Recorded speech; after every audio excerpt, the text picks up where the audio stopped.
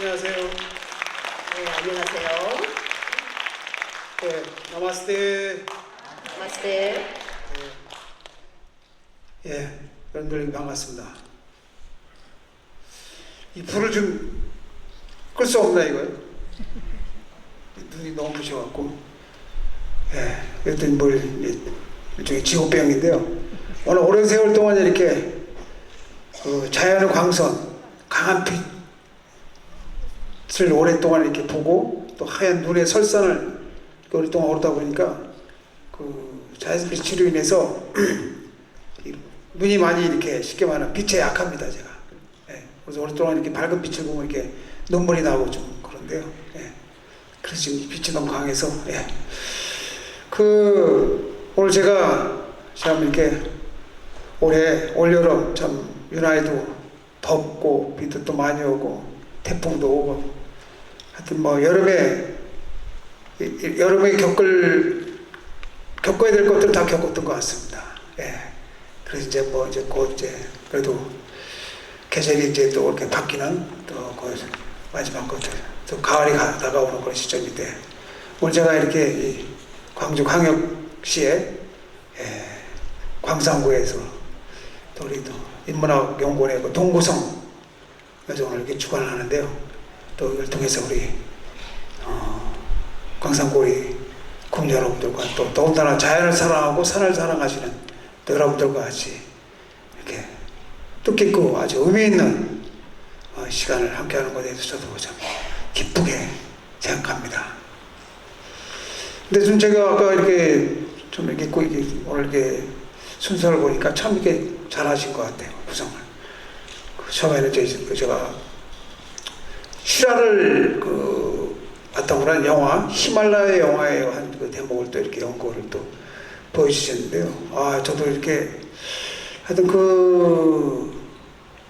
제가 2005년도로 거슬러 올라가는데 2004년도에 이제 대구에는 계명대학교라고 있는데요. 그 학교가 이제 개교 50주년을 기념해가지고 그 학교 산학부에서 학교 선배들, 후배, 재학생들을 해서 그 중국 티벳으로 이제 티벳 쪽 에베레스트를 이제 도전하게 돼가지고 결국 이제 성공을 했지만 결국 이제 하산하는 과정에 8,750m에서 거기 이제 정상 같이 올라갔던 재학생 후배 한 명과 그리고 이제 또 졸업생 저와 같이 8,000m를 그동안 4번을 같이 정상을 같이 오르면서 저 생사고락을 나누고 동고동락을 했던 친형제나 같은 다름없는 후배가 이 설명 지금 이렇게 이 강한 빛이 눈에 반사되는 자연적 빛으로 인해서 쉽게 말하면 이제 망막이 이제 손상이 돼가지고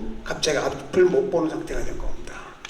8,750m 정상 바로 직하에서 그래 거기서 이제 이렇게 주저앉게 되고 같이 올라왔던 그 후배 역시도 또 이제 이렇게 너무 지친 상태고 막 탈진한 상태고 죽을 힘을 다해서 진짜 죽음과 삶과 그 사선을 넘어서 죽음의 세계로의 어떤 도전이거든요. 8,000m 이상에서의 도전이라고 해서.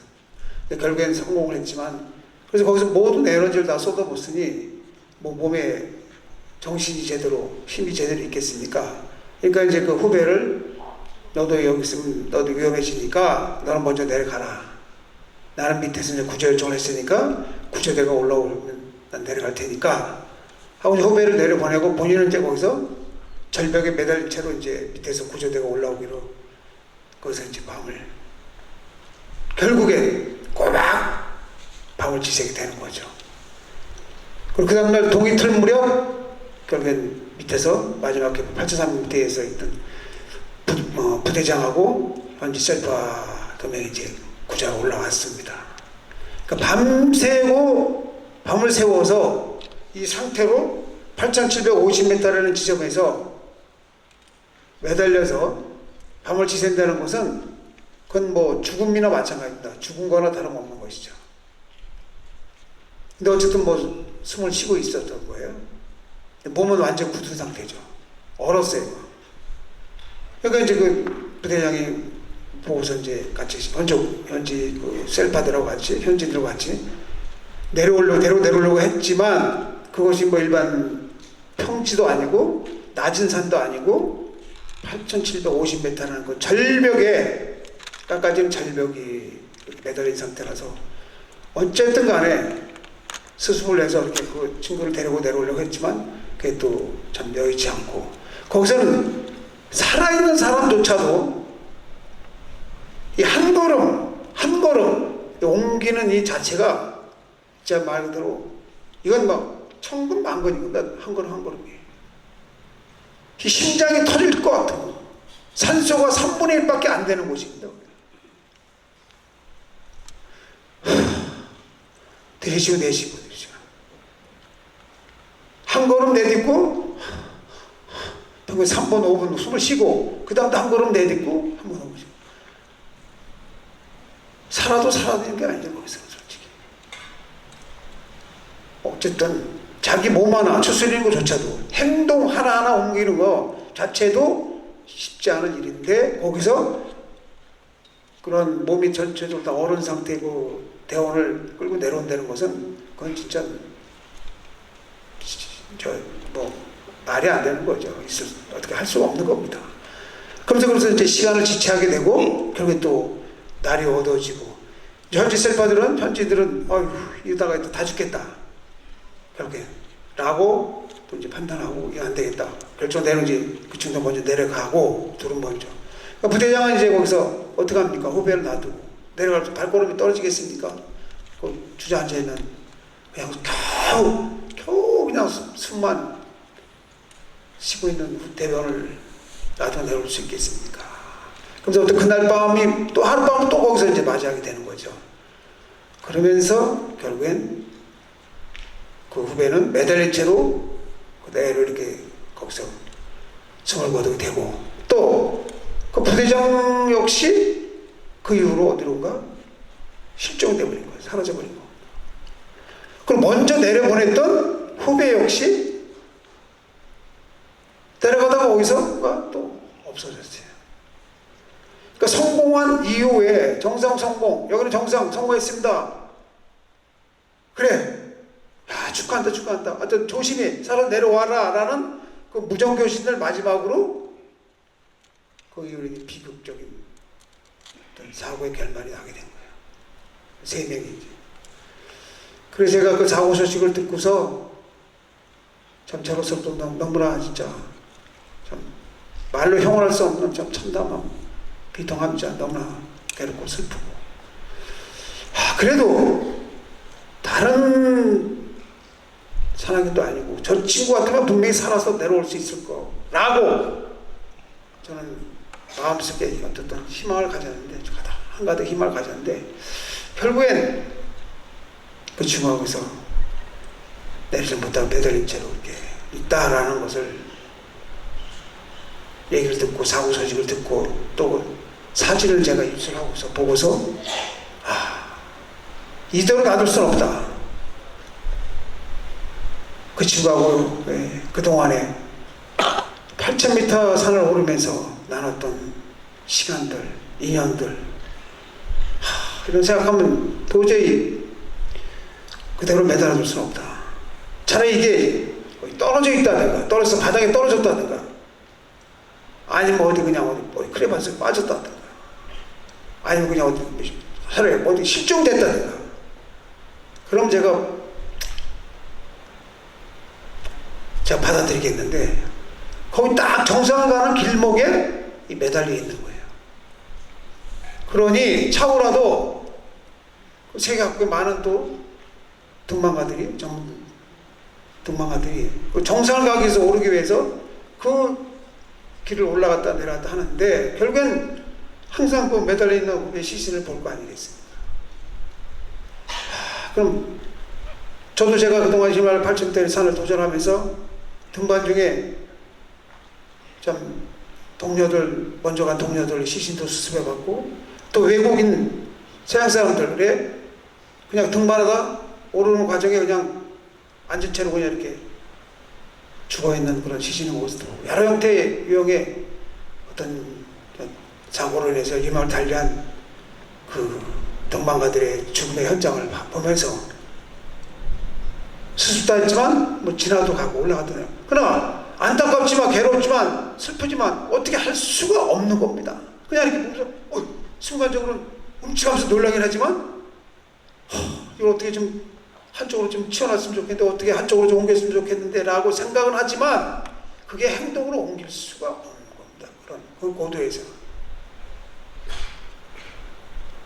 생각과 마음은 너무너무 안타깝고 좀 슬프고 괴롭지만 행동으로 옮긴다는 것 자체가 쉬운 일이 아닌 거죠. 그래서 저도 그냥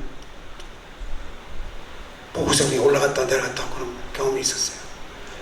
근데 그 후배 역시도 그런 상황이 좀 처해 있는 거예요. 그래서 제가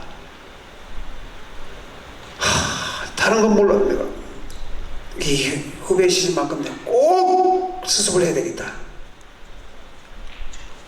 어떤 경우라도 그와의 인연을 생각해서라도 이대로 둘 수 없다. 그래서 제가 정확히 1년 후에 2005년도에 초월한번 휴먼 원정대라는 정상을 오르기 위한 성공을 위한 팀이 아니고 대원대를 구성해서 원정을 간 것이 아니고 정상 직하에 있는 시신을 수습하기 위한 원정대를 구성한 겁니다. 히말라야 등반사에서 전복만 한 거죠. 낮은 지점에 있는 거죠. 3,000, 4,000, 5,000, 6,000 이런 것도 아니고 8,750m라는 절벽에 매달려 있는 시신을 수습을 한다. 수습해가지고 그걸 수습해서 내려온다. 라는 전례가 없는 겁니다. 히말라야 등반사에. 예가 없어요. 그런 예가, 사례가. 그러니 제가 그런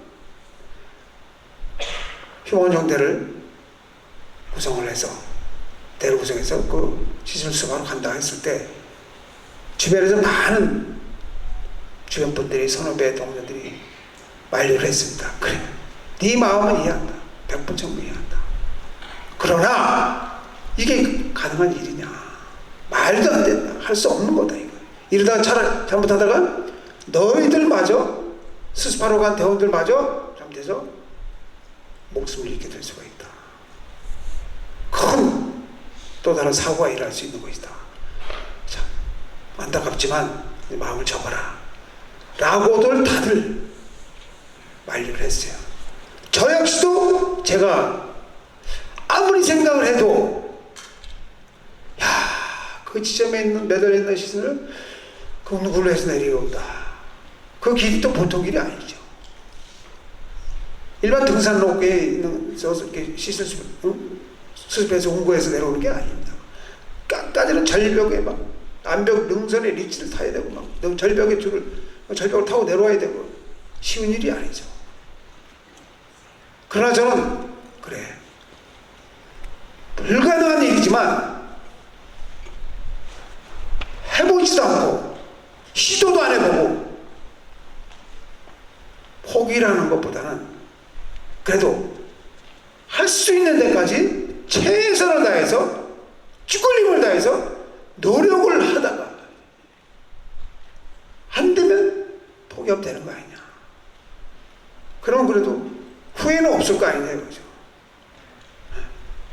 내가 이만큼 너를 위해서 너를 이렇게 수습하려고 너를 이렇게 거기서 데리고 내려오려고 이렇게 나 역시 이렇게 노력을 했는데 죽을 힘을 다해서 이렇게 노력했지만 참 이것은 인간의 영역이 벗어나는 것 같다. 영역을 미안하다 라고 할 마음의 짐이 덜어지고 미안한 감이 덜할 것 같아요.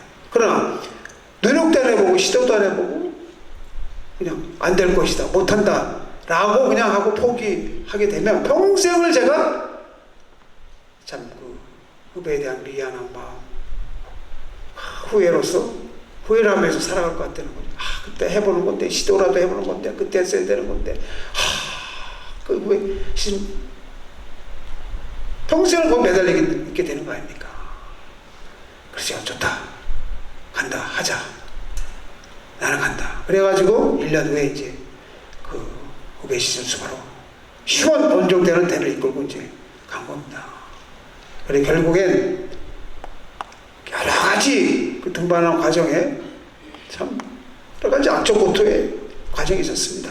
저 역시도 제가 거의 뭐 죽기 일보 직전까지 갔다가 막 너무너무 제가 몸이 컨디션이 안 좋아가지고 막 진짜 그 정상 8,000m 가까이 막 넘어서서 마지막 캠프로 올라가는데 막 이 혓바닥이 말려 들어가는 겁니다. 혓바닥이 뻣뻣해지면서 혀가 슬슬슬 말려 들어와요, 입안으로. 그리고 기도를 막는 겁니다. 이 혓바닥을 손으로 피는데, 당겨서 피는데 터지지가 않아요. 희한하지. 이게 막 그냥 슬슬 지가 막 말려 들어오는데, 근데 기도당 완전 숨이 따고 넘어갈 것 같은 거야. 근데 그걸 이렇게 손으로 해서 끌어내는데, 이게 안 빠지는 거야. 신기하죠. 막 숨이 넘어가기 일보 직전.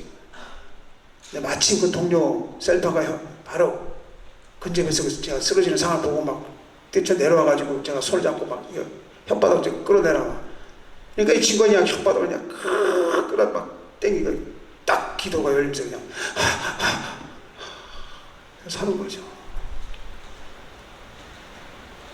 또 막 또 허리가 다쳐가지고 지금 몸도 제대로 움직이지 못하는 그런 상황이 처한 경우도 있고 어쨌든 막 또 마침 또 중국 팀에 다른 중국 팀에 또 한의사가 있어가지고 그분한테 대침 이 정도 긴 대침을 막 허리에 몇 개씩 막 맞고 제가 그래갖고 또 회복이 돼가지고 일어나가지고 또 막 그래서 또 올라가고 어쨌든 예 감사합니다.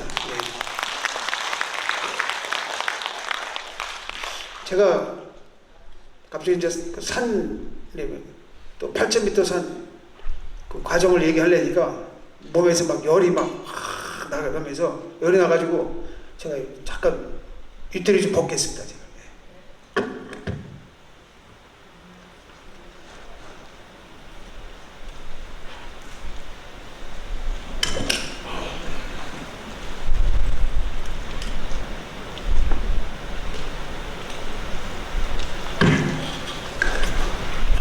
그래가지고 제가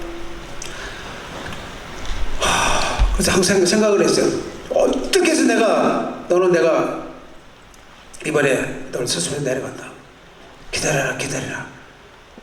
그 끈을 놓지 않는다. 결국엔 제가 그 1년 만에 그 후배 시신 수상이 된 거죠. 딱 도착해서 보니까 눈과 얼음에 딱 묻혀있는 그 신을 막 눈을 걷어내고 얼어붙은 신을 막 뜯어내고 끌고 내려오는데 그게 무게가 한 100여 킬로가 되는 겁니다. 그걸 막 줄을 묶고 서로 앞뒤로 해서 현지 셀파들하고 해서 한 10대 명이서 그걸 수습하는데 끌고 내려오는데 쉬운 일이 아니죠. 근데 어느 순간 갑자기 그 맑고 쾌청하던 날씨가 순식간에 그냥 갑자기 막 먹구름이 꽉 끼면서 갑자기 한여름에 막 폭우 내릴 때 막 먹구름이 꽉 끼고 갑자기 어두워해지는 것처럼 갑자기 하늘이 시커먼 구름을 뒤덮더니 그냥 바람이 불기 시작하는데요. 좀 때 막 눈보라가 막 치는 겁니다. 그때 제가 순간에 생각한 거예요. 야, 이걸 어떡하냐. 이걸 계속 또 공부를 해야 되냐. 아니면 여기서 포기를 해야 되냐. 근데 그 밑에 이제 절벽이 한 80m 가까이 되는 한 70여 m 되는 절벽이 있어요. 거기를 달아서 또 내려야 되는 거예요. 그 위에서 이제 그런 상황이, 그 날씨가 급변하면서 순간 제가 딱 그 생각합니다. 여기까지인가 보다. 이 후배가 여기서 더 이상 내려가기를 원치 않는 것 같다. 라는 순간적으로 제가 모든 그런 생각이 딱 드는 겁니다. 그리고 에베레스트 신이, 이 초모로마 신이 여기까지만 허락을 해주시는 것 같다. 그래, 내가 너희들의 뜻이 너무너무 가상하여 내가 허락을 해줬지만 여기 이상은 원치 않는다. 여기에다 놔둬라. 여기다. 후배 역시도 대장님 너무 감사하고 고맙습니다. 그래서 제가 이렇게 얼음 속에 눈색 묻혀 있는 저를 이렇게 또 걷어주시고 여기까지 이렇게 데리고 내려오고 여기까지만 하셔서 너무너무 감사합니다. 고맙습니다. 왜? 저만 내려가면 뭐합니까? 저 부대장도 여기 어딘가에 계시고 후배도 여기 어딘가에 또 이 산에 있는데 저만 내려가면 그러니까 여기까지만 하시고 내려가십시오.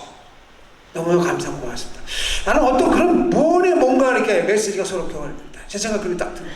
그래서 제가 그 동료 셀프를 그래서 여기까지다. 우리 여기까지 만족하자.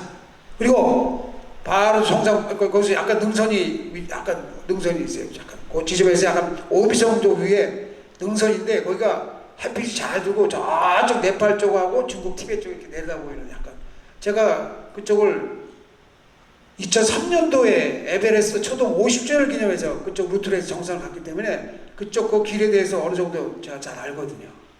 그래서 제가 저쪽 능선으로 시선을 올려라. 그래 올려가지고 거기 등산에 돌을 파고 막 그걸 대충 눈을 파내 걷어내고 막 해가지고 거기다가 돌무덤으로 쫙 쌓고 그러면서 이제 마지막 작별을 사는 거죠. 그래 이제 모든 것을 내려놓고 하늘 풀고 여기서 편안히 잠들기 바란다. 언제 내가 또 너에게 너를 만나러 이곳에 올지 모르겠지만 이제는 모든 것을 내려놓고 편하게 네가 좋아하는 이 산에서 그 부대장하고 후배하고 여기서 편히 잠들기 바란다 하면서 그런 작별을 하면서 내려오는데 하여튼 그때까지도 안 좋던 날씨가 그렇게 내려오면 이제 저 혼자 막 동료들하고 이렇게 하강을 하면서 막 좋다고 내려오는데 1시간 반 2시간쯤 지났는데요. 어우 언제 그랬냐는 듯이 바람이 다 멈추고 하늘이 쫙 거치고 해가 쫙 내리쬐는 거예요. 근데 갑자기 한 겨울에서 그 추운 겨울에서 갑자기 초봄이 온 것 같아요. 신기하죠. 한 8,500m, 8,400m 되는 지점에서 갑자기 그 날씨가 순식간에 갑자기 또 변하는 겁니다. 바람 한 점이 없어요. 그렇게 너무너무 따뜻하고 포근한 거예요. 야, 어떻게 이럴 수가 있냐, 신기하다. 그 밑에 8,300여 m 지점에 마지막 그 캠프가 있거든요. 제가 너무너무 지쳐가지고 동료 셀프들한테 그랬어요. 야, 오늘 여기서 여기 밑에 마지막 캠프에서 오늘 자고 내일 내려가자 라고 이렇게 지시를 하고 내려왔어요. 그 내려왔는데 날씨가 너무너무 좋잖아요. 바람도 안 불고 따뜻하고 포근하고 8,000m 고도에서 느낄 수 없는 그런 온도, 날씨인 거예요. 그리고 힘이 나는 겁니다. 너무너무 지치고 너무너무 막 고통스러웠던 그 육체가 갑자기 편해지면서 그냥 막 힘이 나는 거예요. 야, 신기하네, 신기해.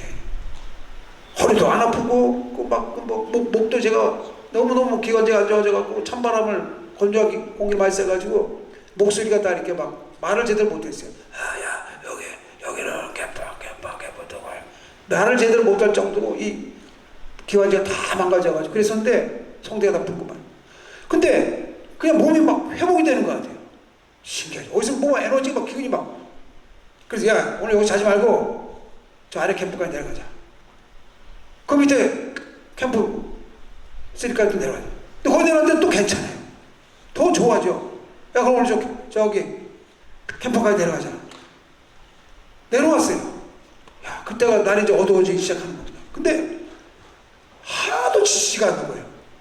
야, 신기해. 어디서 그런 힘이 에너지. 몸이 점점 내려올수록 몸 막 열이 나고 몸이 점점 더 좋아지는 겁니다. 야, 여기 자지 말고 오늘 저 ABC까지 내려가자, ABC까지. 그러니까 6,700인가 6,700m인가 거기까지 밤에 저 밤길을, 눈길을, 얼음길을 걸어 내려오는데 그 밤하늘에 그 별이 또 없는 이제 모래사장, 모래같이 별이 이렇게 막 촘촘히 하늘에 떠 있어요.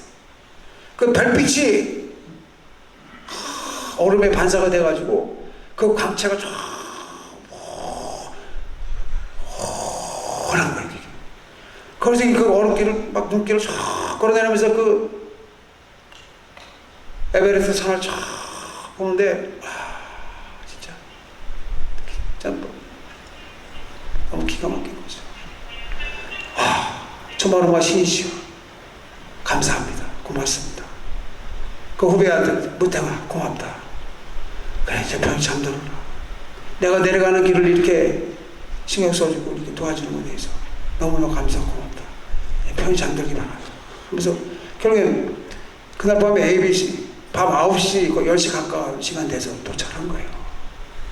그리고 결국에 이제 그 다음날 이제 철수 준비를 해가지고 그 베이스캠프 내려와서 그 어머니가 고향에서 평생 그 아들을 생각하면서 1년 내내 한겨울에도 진짜 그 아들이 눈에 얼음에 묻혀가지고 있는데 추운 데 있는데 어떻게 애미가 뜨뜻한 방에 자겠냐, 아랫목에 자겠냐.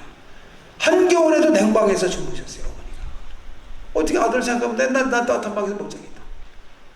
1년을 어머니께서 이렇게 참 제가 찾아가서 이제 어머니 제가 이제 무태기 실습하러 가겠습니다. 무태기 데려오겠습니다. 어머니께서 눈물을 흘리시면서 참 저한테 막 자꾸 또 부인도 미망인도 그 당시 아들이 4살인가 5살이었는데 어쨌든 그래서 그리고 제가 가서 이제 결국엔 시즌을 그렇게 어정도까지 수습을 하고 돌아왔는데 어쨌든 그런 전 과정을 그 MBC라는 방송국에서 같이 가가지고 다큐멘터리 제작해서 에베레스트라는 제목을 해서 방송에서 2부작으로 방송을 했던 겁니다. 1부, 2부를 해서. 그것이 이제 방송이 나감으로 인해가지고 많은 어떤 그 시청자들이 보면서 감동을 하고 막 또 눈물도 흘리시고 막 그래 그때 반응이 상당히 그때 막 이제 막 뜨거웠죠 그때 그래서 그것이 이제 세월이 지나면서 이제 참 그 당시로서도 이제 그걸 뭐 영화를 만들자 막 하고 뭐 여러 가지 제안이 많이 들어왔는데 제가 절대 그런 건 원치 않습니다. 하기 싫다 안 한다. 더 이상 이것으로 이제 끝을 냈으면 좋겠다. 이것도 또 다시 뭐 사회를 시키고 뭘 한다는 걸 원치 않겠습니다. 안 하겠습니다. 그거 고사했는데 세월이 지나서 뭐 영화 감독이 저한테도 한곡히 찾아와서 얘기를 하는 거예요. 대장님 요즘 같은 이 시기에 이런 시기에 이걸 영화로 만들어서 좀 이렇게 상영하면 어떻겠습니까? 저한테 제안을 하는 거예요. 근데 그 당시 그 시기가 참 우리 사회가 굉장히 참 뭐라 그럴까 너무나 참 슬프고 참 힘들고 어려운 시기가 아닐까 상황이 아니었나. 인간의 존엄성이라는 것이 생명의 존엄성이 완전히 바닥에 떨어진 상태. 뭐 납치 사건서부터 뭐 살인, 유괴 뭐 이런 사건이 막 비일비재하게 그 당시 그 시기에 사회적으로 굉장히 막 시끄러운 시기였어요. 유난히 많이 그런 사건 사고 많이 일어나는 시기였어요. 그래서 제가 그래 영화를 통해서 그래 메시지를 좀 전달해야 되겠다. 인간의 존엄성이라는 거, 생명의 존엄성, 그리고 가장 중요한 이 사람과 사람의 어떤 인연이라는 것이 얼마나 참 소중한 것인가. 만남이라는 것이. 우리 약속이라는 부분이 얼마나 소중한 것인가. 우리 그냥 뭐 했다고도 아니고 말고 뭐 이런 식으로 무슨 약속에 대한 큰 의미를 두지 않잖아요. 그러나 이 생명만큼이나 중요한 것이 바로 약속이다. 그리고 진짜 이 사회가 너무나 메마르고 각박하고 이러다 그런 동료의 인간과 인간의 어떤 인연으로 맺어진 인간의 어떤 희생정신을 이런 부분을 영화를 통해서 좀 보여주면 좋겠다라고 해서 제가 지금 수락을 해가지고 결국에 히말라야라는 영화가 만들어지고 그것이 상영된 겁니다. 네, 그런 것을 아까 잠깐 이제 연구 그 한 부분을 이제 짧게나마 연구를 보여주셨고요. 참 그리고 또 참 그것도 시도 참 너무 좋았고 서로 노래도 참 너무 적절히 잘 어울려서 마지막에 또 여덟송도 그렇고 또 오늘 참 인문학 강좌에서 제가 말하는 것보다 더 어떻게 이렇게 나와서 이렇게 출연하신 분들이 다 이렇게 분위기를 다 너무나 잘 이렇게 조화를 맞춰주신 것 같아요. 얘기가 이제 이렇게 처음에 어떤 영화 얘기를 해서 이제 실화 얘기까지 실화를 바탕으로 영화 히말라야라는 그 영화를 얘기를 하다가 시간이 많이 흘렀는데요.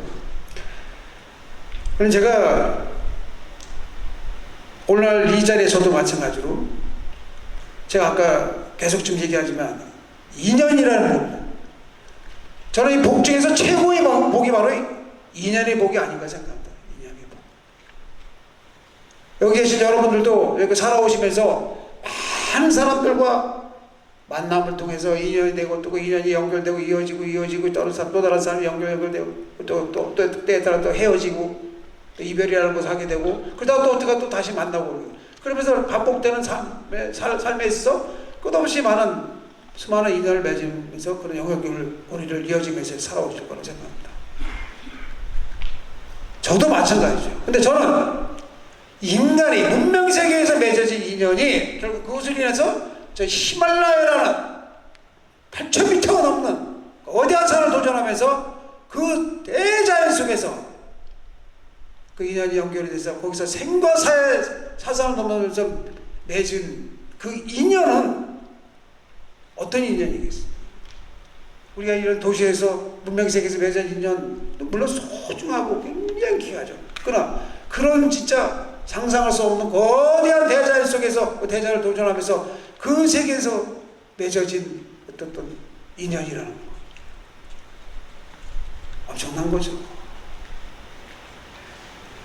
결국엔 그런 도전을 통해서 산을 오르다가 사고를 내서 같이 오는 동료가 이명을 달려서 동료를 잃고 또 살아오고 저는 또 제가 가서 또 그 산을 오르다 또 사고를 해서 동료를 잃고 살아.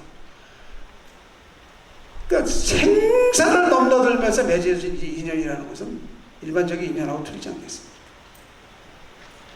그래서 제가 오늘도 광산구에서 여러분들과 같이 이런 짧은 시간이나마 제가 여러분들 앞에서 이런 그동안 제가 히말라야 8,000m 16자를 도전하면서 생과 사사를 넘나들면서 성공과 실패의 과정 그런 거 말씀드리려고 하는 이 상황에 이런 인연의 고리를 만들어 주신 분이 바로 여기 계신 분 임형칠이라는 분이 계십니다. 예, 그 선생님 계시는데요. 선배님이시죠, 저한테. 저와 같이 88년도 에베레스트, 세계 최고 에베레스트하고 로체라는 봉우리를 도전할 때 저와 같이 그 산이라는 인연을 통해서 그 원정을 통해서 그 도전을 통해서 저 인연이 돼가지고 그것이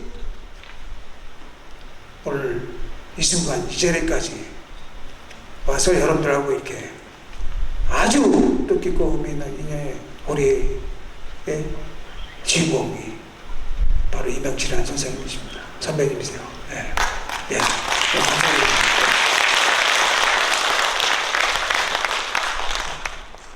제가 오늘 또 구청장님께서도 아까 좀 식사하면서 잠깐 제가 뵀는데 참 이 광산구에 대한 어떤 이 발전을 위해서 구의 발전을 위해서 굉장히 짧은 찰나의 순간이었지만 딱 제가 눈빛을 보고 딱 이렇게 볼 때 굉장히 야심차시고 굉장히 아주 의지가 심지가 굉장히 굳으신 분 같다라고 생각했고 그래서 광산구의 또 앞으로의 또 봉화 발전이 또 기대되고요.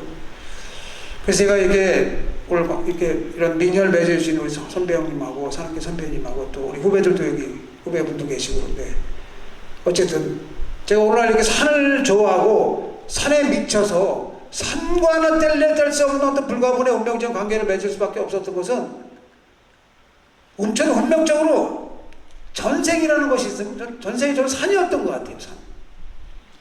그렇지 않고는 제가 이렇게 이런 운명적인 삶을 살 수가 없다고 생각한 거죠.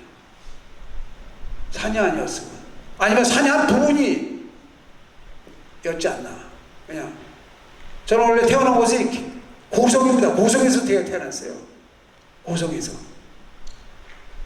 예, 여기 이제 제가 고성에서 태어났습니다. 그러니까 여러분들 그러면 그렇지. 아유, 강원도 고성 거기서 태어났으니까 산에서 산골짜기 고성에서 태어났으니까 이렇게 산을 이렇게 올라다니시는구나 라고들 생각하실 거예요, 다들. 그러나 저는 그 강원도에 있는 고성이 아니에요. 경상남도, 예.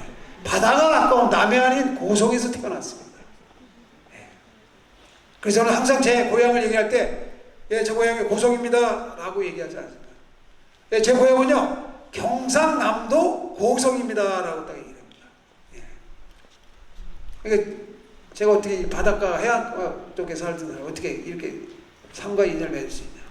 3살 때 부모님하고 이사를 간 곳이 바로 완전 끝자락이라 마찬가지인 경기도 의정부시에 속해 있는 원도봉산이라는 산이 있어요. 원도봉산. 영산이죠. 북한산 도봉산. 예, 예. 광주에는 이 광주 시민들의 정치적인 지주, 예, 부동산이 있지 않습니까? 기운이 서려에 있는 엄청난 기운이 서려에 있는 곳이죠. 예. 기가 아주 엄청난 좋은 산입니다. 부동산이요.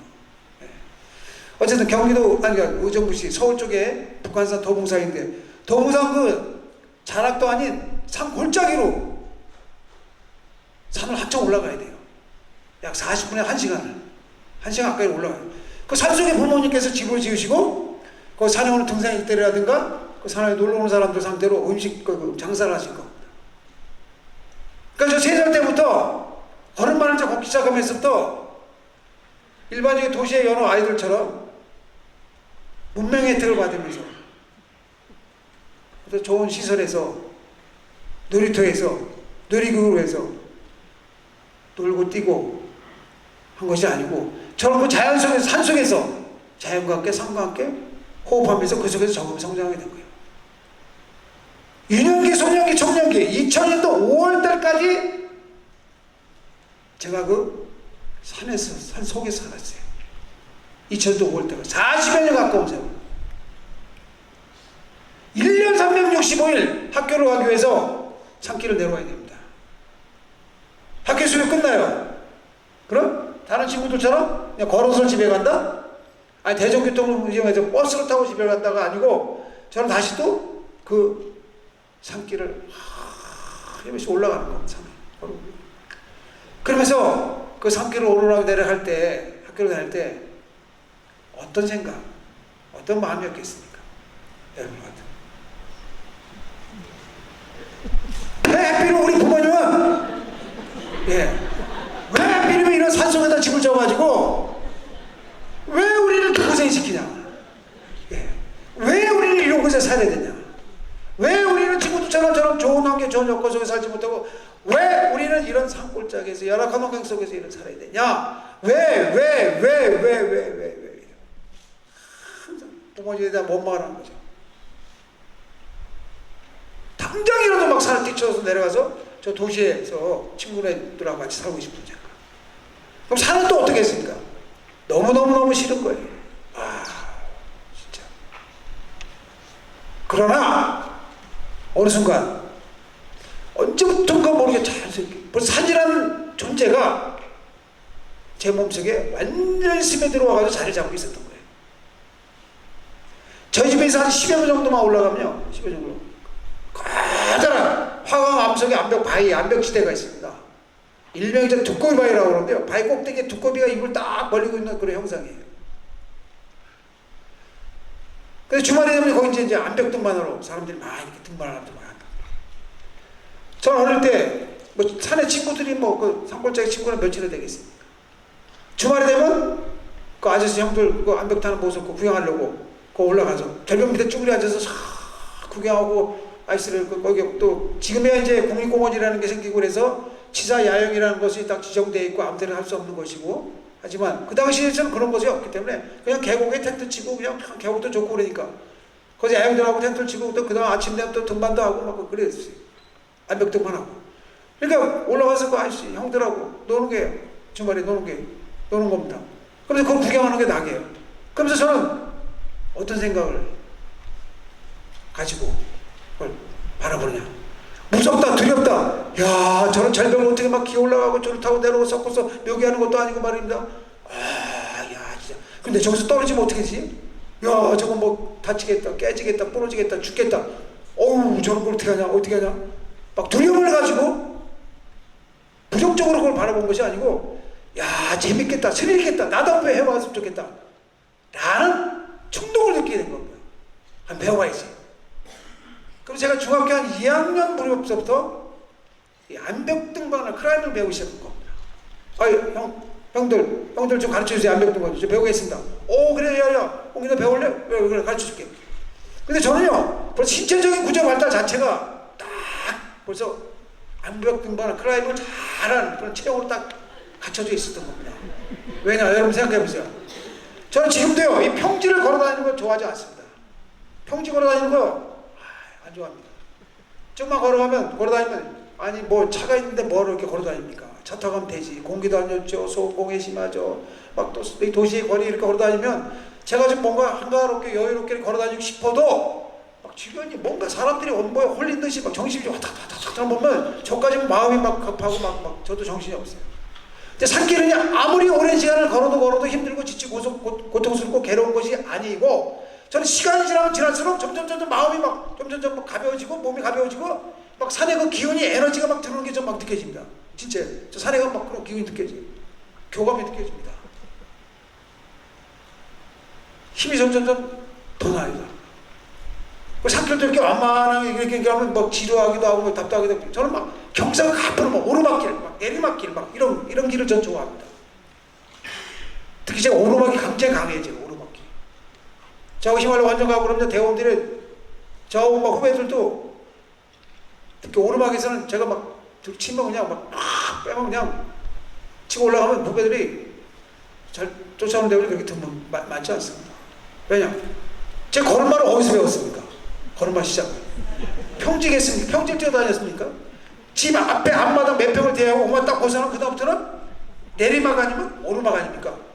예? 앞마당 보다 벗어나면 그러니까 하체 근육이 이 상하 근육으로 발달된 거예요. 상하 근육. 평지 근육이 아니고 상체는 뭡니까? 팔 근육은. 놀이터가 어디 있습니까? 놀이기구가 있어요. 자연에 흩어진 모든 부산물 자체가 산 자체가 저에게는 놀이터고 놀이 공간인 겁니다. 그냥 뭐 나무 기어 올라가죠. 그냥 자그마한 바위 기어 올라다니죠. 막 그냥 잡히는 대로 막 매달리고 막 그런 거예요. 계절에 따라서 머루, 달에, 밤, 잣 같은 거 말입니다. 이런 거 따먹겠다고 원숭이처럼 말입니다.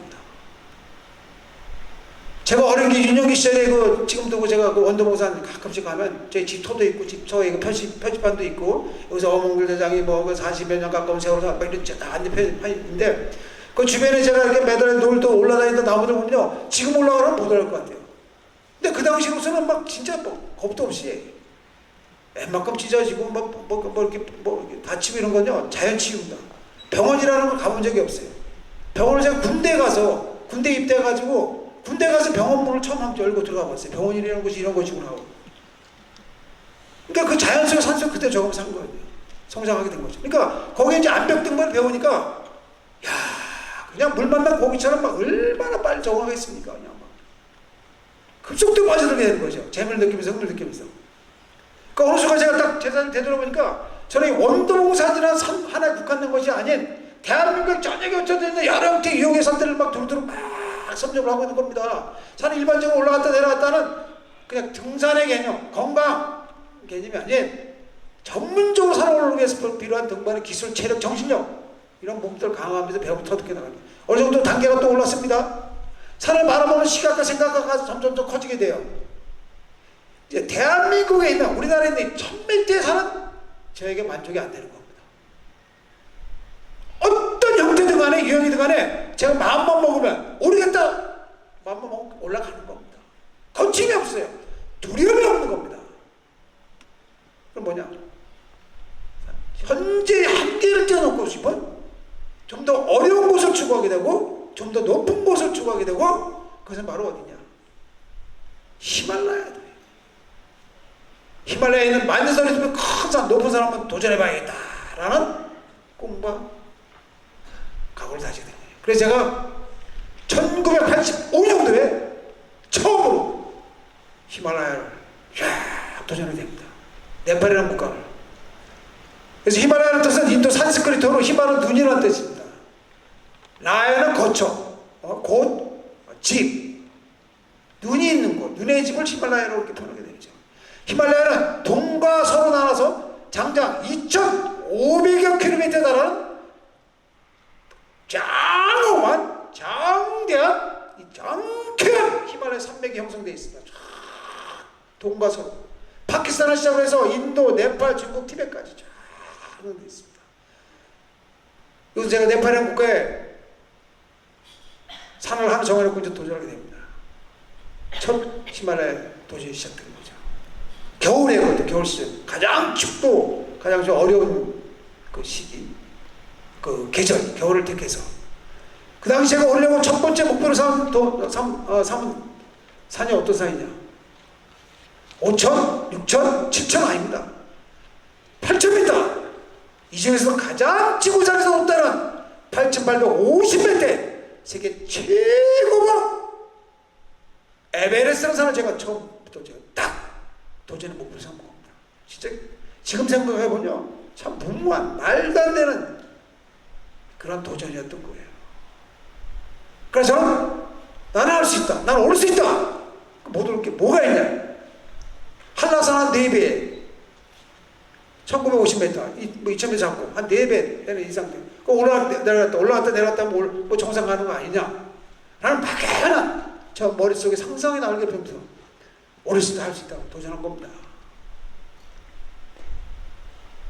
그러나 제가 그렇게 진짜 큰 제 인생의 가장 큰 목표라고 생각하고 도전을 생각하고 그 첫 발을 내딛고 도전했던 그 세계 최고 에베레스트 첫 도전이 어떻게 됐냐? 성공했냐 실패했냐 이거죠. 실패로 끝이 난 겁니다. 당연히 실패를 해야죠. 그 성공할 수 있겠습니까? 좀 낮은 산을 경험하다가 8,000m 세계 최고 올라가는 것도 아니고 처음부터 전혀 경험도 없는 전무한 히말라야에 대한 경험도 없는 진짜 제가 도전하니 그것도 가장 계절적으로 어려운 겨울에 또 에베레스트 오르는 루트 중에 가장 또 어려운 루트로 선택해가지고 도전했는데 결국엔 실패라고 말합니다. 인간이라는 존재는요, 이 거대한 대자연 앞에, 자연 앞에서 인간은 아무것도 아니라는 것입니다. 화성을 가건 뭘 가건 뭐 아무리 최첨단의 과학을 뭐 발전시키면서 막 한번 개발하고 만들고 뭐 하지만 결국엔 조그만 자연의 변화 앞에는 옴짝살짝 꼼짝달싹 못하는 겁니다.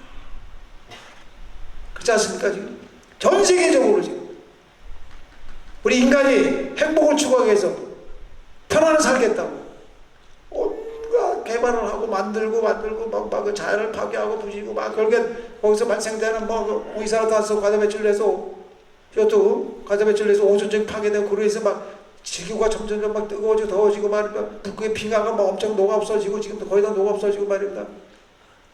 해수면이 높아지고 자연적 재난이 전 세계적으로 막 비일비재로 발생되지 않습니까? 폭우 그다음 산불선부터 지진, 해일 뭐 이런 것이 가면 갈수록 점점 더 많이 비일비재가 발생될 거라고 생각합니다. 딱 거대한 산 에베레스트로 산을 딱 보는데 이건 산이 아닌 겁니다. 이건 어떻게 거리며 규모며 이게 우리나라 1000m 산 이런 낮은 산 보다가 8,000m 산을 딱 세계적 에버를 보는 순간 그 자연 속의 인간은 한가지 지금 공기층에 있던 먼지조차도 아닌 거예요. 조금만 바람 불어도 조금만 날씨가 나빠도 결국엔 어쩔 수 없는 겁니다. 그 실패라고 살려오면서 비로소 제자리를 되돌아본 겁니다. 여지껏 제가 살아오는 것은 진짜 말도 안 되는 놀이삼아 장난삼아 올라다녔구나. 완전히 생각과 사고가 갇힌 운반하는 개구리처럼 이 속에서만 제가 최고 있네 잘났나 막 그냥 자도체 빠져가지고 산을 올라다녔던 거예요. 그러나 이 바깥을 치닫아서 더 큰 세상을 접하는 순간 이거는 이렇게 살다 해서 안 되겠다. 이게 내가 저기 살다 이거지 이건 말도 안 돼. 너무 창피하고 부끄러운 겁니다. 기억했습니다. 좋아. 다시 한번 도전해보자. 정확히 1년 후에 80년도 겨울에 또 똑같은 계절에 똑같은 산을 똑같은 길을 선택하고 두 번째 또 가게 됩니다. 두 번째 갈 때 어떻게 됩니까? 실패한 원인을 분석하고 완벽한 준비를 하고 제 자신도 1000m 산만 오르다가 8000m 산을 오르기 위해서는 어느 부분이 부족하다는 것을 뼈저리 이게 처절하게 깨달았지 않습니까? 엄청난 피난을 훈련했습니다. 완벽한 준비를 했어요. 도전 가자. 또 그리고 저희가 그런 힘을 원전하게 되면 혼자 가는 게 아니죠. 하나의 팀이, 대가, 조직이 형성됩니다. 대장이 대원들 선발합니다. 대장이 대원 선발하면 대원들한테 직책을 나눠줍니다. 식량, 장비, 수송, 촬영, 의료, 행정적인 각각 개개인의 대원들의 모든 능력을 판단해가지고 직책을 다 분담을 시켜줘. 그럼 거기에 맡은 바 대원들, 직책을 맡은 대원들은요, 한치 오차도 없이 완벽하게 임무를 수행해야 되는 겁니다. 조금만 실수, 용납될 수 없는, 한치 오차가 용납될 수 없는 겁니다. 다른 대원들이 열심히 하니까 난 대충 오용해야 되겠지. 난 힘을 좀 아껴가지고 내가 총상을 올라갈 힘을 써야 되겠다. 그런 조직 내에서 아니란 생각과 무사안일주의적인 생각과 사고를 가지고 팀의 일원으로서 동료로서 만나했을 때 과연 그 조직이 잘 굴러가겠습니까? 좋은 성과를 거둘 수 있겠냐? 정상을 알 수 있겠냐? 그죠? 성공할 수 있겠냐? 그죠? 절대 그런 팀은 성공할 수 없다는 겁니다. 왜? 저희는 목숨을 걸고 도전하는 거거든요. 생명을 걸고 도전하는 겁니다. 그러니까 어느 누구 하나라도 자기 맡은 바 임무에 최선을 빈틈없이 완벽하게 임무를 수행해야 되는 겁니다. 그러한 조직이 대가 형성돼서 원정을 하게 되는 거예요. 그것도 원정을 하는데 뭐 그런 사람 가는데 예산이 한두 푼 들어가는 게 아닙니다. 억대 예산이 들어가는 겁니다. 쉬운 일이 아니죠. 원정하고 싶게 하는 거예요. 어쨌든 정확히 1년 뒤에 오늘 또 갔습니다. 두 번째 도전할 때는 어떻게, 도전할 때 어떻게 했어요? 한 번 실패한 경험이 있으니까 모든 곳이 행정 절차부터 모든 곳이 현지 지형 지물부터 익숙하지 않겠습니까? 6천, 7천, 8천 호 정상이 들어가면 다가옵니다. 그러나 그것 또한 쉽지 않습니다. 정상 목재를 들은 순간 사람의 마음이 그전까지 겸손하고 겸허하던 마음이 갑자기 욕심이 꽉 차오릅니다. 드디어 내가 정상을 가는구나, 성공하는구나. 두 번째 역시 산이 허락을 하죠. 그런 인간은 욕심을 버린 순간 바로 경고를 줍니다. 상상조차도 못했던, 꿈도 꾸지 못했던 사고가 딱 터진 겁니다. 밑에서 중요한 식량과 장비를 짊어지고 올라오기란 현지의 셀터가, 현지인이 암벽에 깔린 줄을 잡고 올라오다 실수해가지고 1000m 절벽으로 그냥 떨어진 거예요. 결국 바닥에 크레파 속으로 빨려 들어간 겁니다. 시신도 못 찾았어요. 그 지금 동네에 떨어진면서 남긴 처참한 흔적을 보면서 그 산을 절벽을 내려올 때 얼마나 참 기가 막히겠습니까? 태어나서 처음으로 인간의 죽음의 현장을, 동료의 죽음의 현장을 보면서 그냥 절벽에 남겨진 막 처참한 흔적들 떨어지면서 막 자국들 있지 않습니까? 찢긴 옷가지요, 신발이요, 배낭이요, 자켓이요, 막 순백색의 설사면에 막 그 자국들이 막 쫙 바닥까지 깔려있는데, 진짜 기가 막히네. 더운 날 또 하필 바닥에 또 크리파 쏘고 비가 쏘고 빨려 들어간 거죠. 찾지도 못했어요. 내려갈 수도 없는 겁니다. 깊이를 알아야 내려가죠. 끝이 보여야지 내려가죠. 끝이 안 보이는 겁니다. 결국엔 겁이 질려가서 울면서 배는 짐을 챙겨 산을 내려온 겁니다. 내려오는데 그 끝이 아니죠. 그 산간 마을에 방부처럼 마을이 있습니다. 4060m. 그 마을을 거쳐야 돼. 이 친구 고향이 거기고 태어난 곳이, 사는 곳이 거기입니다. 내려왔더니 그 친구의 가족사를 보니까 홀어머니를 모시고 살아요. 부인이 그 당시 18살인 거예요. 결혼한 지 4개월밖에 안 된 신혼이더라고요. 아버님도 몇 년 전에 외국팀하고 등반하시다가 해변도 크레파스 빠져가 돌아가셨더라고요. 아버님도. 참 얼마나 기가 막히겠습니까? 그 어머님하고 홀어머니하고 그 미망의 부인이 저를 붙잡고 20살도 안 된 그냥 하염없이 눈물을 때 참 고통이 이루 말할 필요 없어. 운명이 뒤바뀌어 있어야 되는데 내가 그 자리에 있어야 되는 것이고 그 친구가 사라져 있어야 되는데 어떻게 이럴 수. 어쨌든 마음을 쥐고 산을 돌아다. 그래서 저 그때 산을 내려서 눈물 흘리면서 이를 악물었습니다. 다짐을 했어요.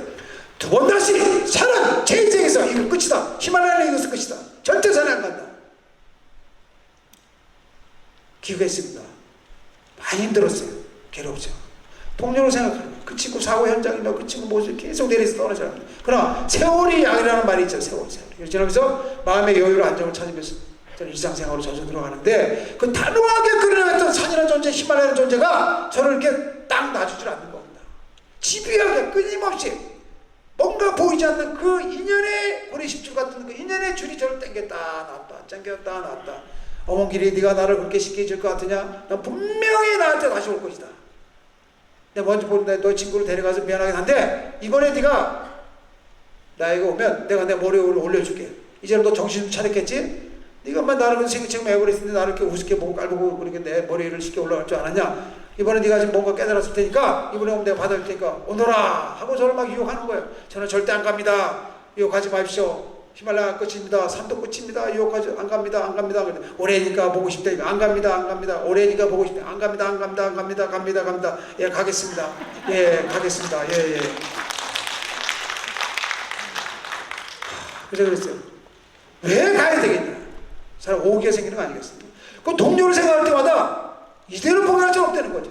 왜? 그가 이루지 못한 하늘불교에서라도 그 동료를 위해서는 내가 꼭 에베레스트만큼 꼭 정상을 가겠다. 물론 저 개인의 목표이기도 하지만 그 동료를 위해서는 내가 에베레스트만큼 오르겠다. 결국에 88년도 서울올림픽이 열 때죠. 대한민국의 서울올림픽 열리면서 대한민국의 국가가 국격이 진짜 굉장히 높아지게 되고 대한민국의 국가가 세계적으로 알리게 되고 모든 것이 그 시점으로 해서 엄청난 많은 또 경제 발전이 일어난 시기 아니겠습니까? 그래서 우리 대한민국 국가대표 선수들에게 세계 최고 에베레스트 기운을 우리가 좀 전해주자라는 취지를 가지고 에베레스트하고 바로 여기 옆에 있는 요르체라는 몽우리를 대한민국 대표 국가대표 우리 산악인들이 도전하게 된 겁니다. 그래가지고 그때 저는 에베레스트 올라가고 여기 앉아 계신 우리 이명주 선배님은 로체라는 바로 그 옆에 몽우리를 같이 올라갔습니다. 그래서 그때 아주 두 개 몽우리 동시 등정을 성공하고 그 정상에서 전 생각한 겁니다. 여기는 정상 더 이상 오를 곳이 없습니다. 제 머리 위에는 하늘밖에 안 보입니다. 구름밖에 안 보입니다. 바람이 펼쳐진 히말라야 대자연의 아름다운 파노라마 보면서 거기서 대한민국 태극기와 올림픽 오링크배로 다 들고 눈물을 흘리면서 생각한 거예요. 하니까 되는구나. 만약에 제가 두 번을 실패했을 때 동료를 잃고서 엄청난 사고에서 두려움에서 고통 속에서 슬픔에서 벗어나지 못하고 그냥 주저앉아서 있었다라고 했다면 제 인생의 삶이 그 이후 어떻게 됐겠냐. 그냥 일반적인 평범한 일상적인 삶을 살았을 거라고 생각합니다. 그러나 그 상상할 수도 없는 그 동료의 죽음이 사고 현장을 목격하고 그 슬픔에서 고통에서 두려움에서 그것을 딛고서 떨쳐내고서 도전했기 때문에 성공을 하지 않는다 생각한 거죠. 세 번째 시도만. 그때 그래서 이제 히말라야가 산이나 받아주시나 보다. 그때부터 제가 본격적으로 막 8,000m 산을 막 도전하기 시작한 겁니다. 자신감 명분을 가지고. 그리고 결국에 물론 그 과정에 여러 가지 우여곡절이 많았습니다. 동상으로 해서 발가락도 자르고 또 안나푸르나 산이 있습니다. 8,090m 안나푸르나 산을 자그마치 4번을 도전해서 실패하고 5번째 만에 성공했는데 그 산을 4번째 도전할 때 7,600m에서 추락해서 30m를 추락해가지고 오른쪽 발목이 180도 완전 돌아가는 골절 사고가 난 겁니다. 다리가 이렇게 덜렁덜렁 이런 다리를 가지고 7,600m에서 4,500m까지 2박 3일 동안 제가 줄에 매달려서 한 발로 내려왔어요. 이루고. 이해가 되죠? 이루고. 한 발로 내려왔어요. 이 덜렁덜렁 이런 다리를 가지고 7,600m입니다. 760m가 아니에요. 어떻게 그런 사고를 경험해서 그런 다리를 가지고 그 고도에서 4,500m까지 2박 3일 동안 살아서 내볼 수 있겠습니까? 상상 이해가 가십니다. 그런 생각했습니다. 이를 악물어서 막 혓바닥을 깨물고 막 입술 깨물고 피가 다 굳어가지고 입에서 막 범벅이 되고요. 살아있는 한 절대 절망도 봉도하지 않는다. 꿈이 있습니다. 목표가 있습니다. 해내야 됩니다. 저는 이 다리 다시 고쳐서 안나푸르나 전 다시 도전해야 됩니다. 이 사람 올라가야지 제가 또 다른 8,000m를 갈 거 아닙니까? 안나푸르나 있어요. 꼭 저를 살려보내면 있어. 결국엔 그 중후의 터널을 기적같이 생활해서 헬리콥터 구조돼가지고 네팔 병원에 갔더니 카트만두 병원에 갔더니 수술 못한대요. 다리가 워낙 막 엉망이 돼가지고 한국으로 바로 후송됐어요. 병원에서 한국 병원에서 공항에서 바로 후송돼가지고 대수술 받고 정찰해 보니까 피를 막 쇠를 2개나 박아놓고 의사 선생님 앞으로 절대 산에 못 간다고 그랬어요. 그런 말씀하실 때 어떤 심정이 있습니까? 앞만 보고 위만 보고 정상 바라고 성공만 생각하고 자고면도 별도 없이 그 동료 죽어가는 모습을 보면서 동료 시즌을 잃어가면서도 그 시즌을 끌어가면서 피 눈물을 흘리면서도 나는 가야 된다, 올라가야 된다, 목표를 이루어야 된다. 라고 도전했는데 결국에 모든 것이 한순간에 물고되고 다리도 못 쓰고 이렇게 끝이 나는구나 라고 생각했을 때 기가 막히죠. 퇴원했습니다. 허벅지까지 석고 기부스를 했어요. 2개월 만에 허벅 기부스 잘라냈어요. 다리가 다 굳어가지고 살이 젓가락처럼 살이 다 빠졌어요. 무릎도 안 구부러지고 아 이렇게 끝이 나는구나. 포기하지 않았습니다. 결국엔 물리치료 받고 트레이닝하고 5개월 만에 이 다리를 등산에 스틱을 2개 찍고 북한산 백운봉 836km 정상을 올라갔어요. 제가 5개월 만에. 거기서 눈물을 흘리면서 이를 양보는 겁니다. 나는 오를 수 있다. 8,000m 갈 수 있다. 포기할 생각을 하고 좀 더 높아서 갈 수 있겠다라고 생각한 겁니다. 결국에 10개월 만에 이런 중상을 입은 회복도 안 된 이 다리를 가지고 핀도 안 뽑았어요. 다리를 가지고 10개월 만에 안나푸나라는 풍의 여신이라는 의미를 지니고 있는 8.91m 산을 5번째 제가 도전하겠다고 합니다. 의사 선생님이 안 된다. 포기해라. 절대 안 된다. 너 이러다 죽는다. 그렇지 않으면 너 평생 너 그냥 앉아서 생활해야 된다. 수술하신 의사 선생님 그런 말씀하셨어요. 그러나 저는 무섭지만 두렵지만 여기서 포기라는 것은 인간 어몽이는 살아도 살아야 되는 목숨이 아니다. 빈 껍데기다. 두렵지만 무섭지만 뚫고 나가야 된다. 그건 5번째 만에 안나푸나를 10개월 만에 이 다리를 쩔뚝쩔뚝 끌면서 그 정상에 올라간 겁니다. 성공한 거예요, 제가.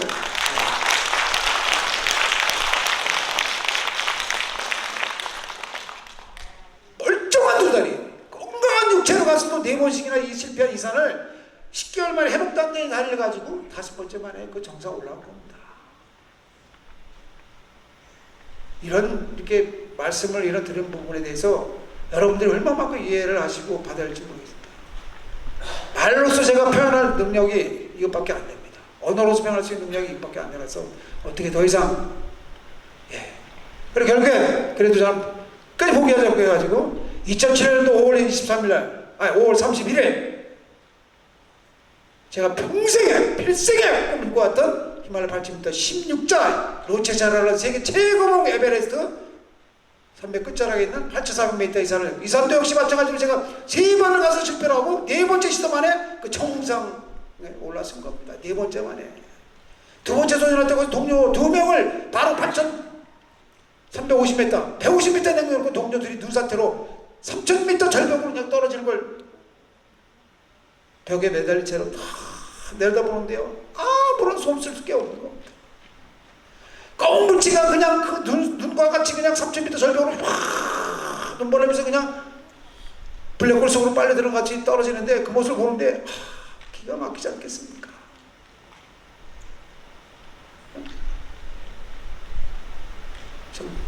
눈물도 안 나와요. 그때 눈물도 안 나와요. 이게 꿈인지 생긴지 그냥 사람 멍해있더라고요. 세 번째 그렇게 실패하고 내려왔습니다. 동료 둘도 찾지도 못하고 4번째 또 갔어요. 결국 4번째 세 번째 또 갔습니다. 3번째 역시 8,300m에서 그렇게 정상 직하에서 또 실패하고 내려오고 결국 4번째 시도 만에 2007년도 5월 31일 날 결국에 제가 오후 6시 50분에 그 정상에 세찬 바람을 막 몰아치는데 사람 서 있지도 못해. 그 바람 맞으면서 그렇게 탁 올라서서 딱 2단어 생각나더라고요. 감사합니다. 고맙습니다. 고맙습니다. 감사합니다. 무엇에 대한 감사고 무엇에 대한 고마움이겠습니까? 제가 무엇에 대한 감사고 무엇에 대한 고마움이야. 저와 같이 생사고라를 함께한 그 동료들에 대한 무한한 하나님 감사한 마음 고마운 마음이에요. 그리고 저를 소원해 주시고 도움을 주시고 후원해 주신 그 많은 분들에 대한 무한한 하나님 감사한 마음 고마운 마음 그리고 저를 선택해 주시고 저를 성공으로 이끌어 주신 정상을 허락해 주신 히말라야 모든 신들에 대한 8,000m 신들에 대한 세상의 모든 신들에 대한 무한한 한없는 감사만 감사합니다 고맙습니다. 감사합니다 고맙습니다. 저의 꿈을 이루시고 저를 이렇게 받아주신 거에 대해서 그냥 막 눈물이 쏟아지네. 지난날의 그 순간들이 시간들이 그냥 정광석과 같이 찰나 쫙 지나가는데 기가 막히지 않겠습니까? 그래서 저는 산을 내려왔습니다. 산을 내려와서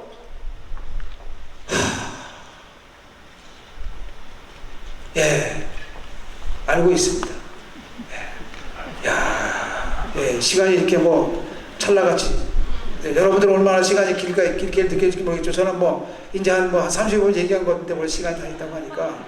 예. 그래서 제가 어쨌든 제가 이렇게 산을 살아 내려온 것이, 살아서 오늘 이 순간에 이 시간에 여러분 앞에서 이런 시간을 가질 수 있는 것이죠. 8,000m 이상 16자 성공해서 22년의 세월이 걸렸습니다. 8,000m만 제가 38번의 8,000m 산을 도전해서 16자로 성공한 겁니다. 그래서 제가 여러분 앞에 서 있다. 그 과정에 저는 10명이나 되는 동료들을 제가 히말라야에서 잃었어요. 10명이나 되는 동료들이 저와 같이 산을 오다가 다 사라져버린 겁니다. 그러니 제가 여러분 앞에 두 발을 딛고 서 있다, 여러분들 앞에 있다는 것은 상상이 이해가 될지 모르겠어요. 저는 저 역시 벌써 오랜 세월 전에, 오랜 시간 전에 냉동인간이 눈 속에 묻혀야 될 사람입니다. 말씀드리지만 바로 동료들의 값지고게 그들의 이상과 노력이 있었고, 많은 사람들의 성원과 기원, 도움이 산이 선택해줬기 때문에 목표를 이루고 꿈을 이루고 살아서 여러분 앞에 이런 말씀을 드릴 수 있는 거죠. 물론 저는 노력 안 했겠습니까? 저 역시도 저는 성공이라는 것보다도 이 많은 상상할 수도 없는 많은 실패와 고통과 그 좌절, 또 동료를 잃었을 때 그 시신을 찾았다 얼음덩어리 같은 그 시신을 꺼낼 때 그 흘리는 피눈물이 목표를 이루겠다는, 신념을 이루겠다는 에너지 원 촉매제 엑기스 역할을 하지 않느냐 생각한 거죠. 그런 말 하지 않습니까? 고난을 통과해야지만 위대히 될 수 있다는 말을 주셨습니까? 바꿔 말하면 위기보다도 더 좋은 기회는 없더라는 것입니다. 위대한 일 치고 열정 없이 이루어진 일은 없습니다. 도전하는 자만 성취할 수 있다는 말이지 않습니까? 저는 대자연 속에 8,000m 16자 도전을 끝을 냈습니다.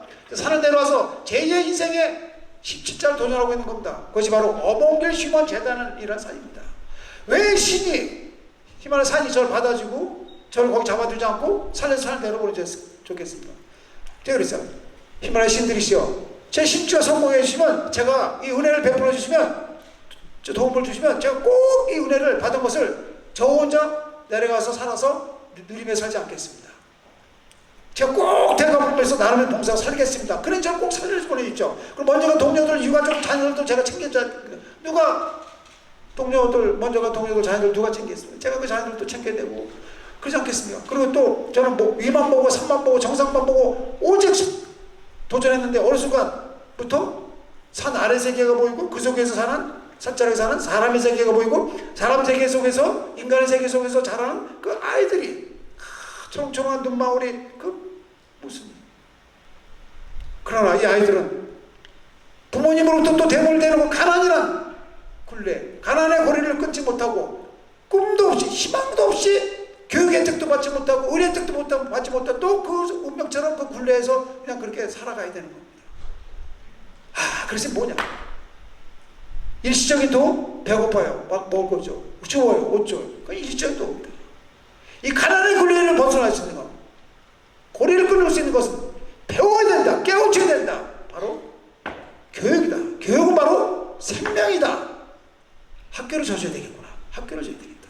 이런 생각이 자연스럽게 제가 막 목표를 막 이루겠다, 16자를 막 치닫는 순간 간절히 바라고 원하는데, 이게 자연스럽게, 그래 너 그러니까 그럼 너 이런 거 해라, 이게 그냥 그런 깨우침이 자연스럽게 연결이 되더라고요. 제가 뭐 오래전부터 계획한 것도 아니고 이렇게 하겠습니다는 것도 아니고 막 간절히 바라고 원하니까, 그래 내가 너 이렇게 이런 거 사람이 세계 보이고 그 속에 아이들 보이고 맞아, 학교로 줘야겠다. 말씀이시죠. 저 성공했으면 내가 이런 일들을 해야 돼, 이런 일을 해야 돼. 그러니까 저 여기서 저를 잡아주시면 안 됩니다. 꼭 살려보내십시오. 이제 근데 히말라야는 저 약속을 지키지 않습니다. 그럼 뭡니까? 저도 살아남았어요. 심지어 성공하고 딱 산 내려왔습니다. 순간 마음이 붕 떴죠. 그러나 어느 순간 발을 딱딱 딘 순간, 맞아, 히말라야 약속을 했지. 맞아, 약속을 지켜야지. 무언의 약속이지만 뭐 약속하고 증명서 있는 것도 아니에요. 누구들처럼 막 공약을 남발한 것도 아닙니다. 제가 언론에 방송 보도한 것도 아니에요. 안 지켜도 돼요. 히말라야 저하고 단둘이 한 건데, 저하고 내려와서 저 혼자 편안히 먹고 살 수 있는 거예요. 그러나 약속은 약속 아닙니까? 그래서 제가 2008년도 5월 28일 어몽 휴먼 재단을 설립을 했고, 그 재단을 통해서 제가 학교를 줘야 되겠다 생각하고서 그럼 이 학교를 어디에 줄까? 많은 고민했죠. 여기다 바로 제 히말라야 등반 중에 첫 번째로 죽은 그 셀파의 고향인 세계 최고 에베레스트 4,060m 판고체 마을에 그 아이들을 위해서 1호 학교를 거기다 줘야겠다. 그래갖고 2010년도에 제1학교로 전공을 시작으로 고려부터 히말라야 곳곳에 제가 다녔던 뭐 산간자라 오지에 학교를 하나씩 짓기 시작해가지고 현재 16개 학교를 완공을 했습니다.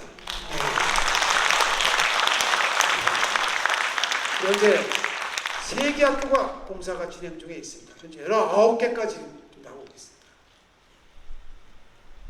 여러분들도 이전 학교 하신 여러분들도 꿈이라는 게 있지 않습니까? 인생은 끊임없는 도전의 연속을 생각합니다. 제가 이 사자성어 중에 그런 단어가 있어요. 심상사정이라는 단어를 좋아하는데요. 한 가지 일에 대해서 어떤 일에 대해서 간절히 바라고 원하면 이루어진다는 것이죠. 근데 간절하게 바라고 원하는 것이 그냥 마음만 갖고 되는 건 아니라는 것이죠. 죽을 힘을 다해서 죽음을 각오하고서 바라고 원하면 이루어진다는 겁니다. 그래서 제가 어머니모 재단을 통해서 깨달은 진리가 있습니다. 좋은 생각을 가지고 좋은 일을 하려고 하면 좋은 일이 이루어지더라고요. 그리고 분명히 좋은 일이 분명히 돌아옵니다. 저한테. 나가는 걸로 없어지는 게 아니고요. 그 이상으로 돌아온다는 겁니다. 우리 이전학교 여러분들도 저도 이제 인생 17자를 향해서 계속 도전하고 있습니다. 이전학교 여러분들도 여러분 자신의 인생에 멋지고 힘차고 아름다운 도전하시기 바랍니다. 감사합니다.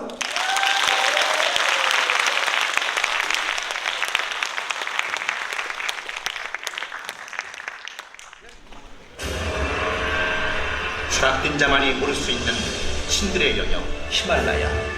희망과 절망, 환희와 고통의 소용돌이 치는 거친 땅에 일생을 건 한 사람이 있다. 한국 산악사의 살아있는 신화 어몽길. 그의 치열했던 등반사와 아직 끝나지 않은 희망의 이야기를 들어본다.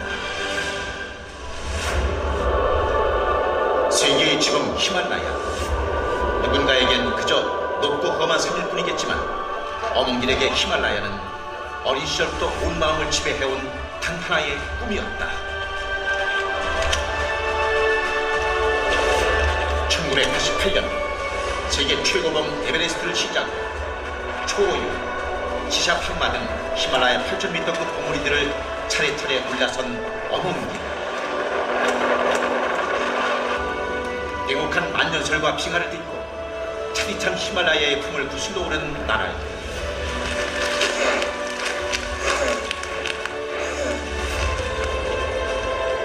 이렇게 지난 2000년 오랜 수군이던 히말라야 14자 완등에 성공했다.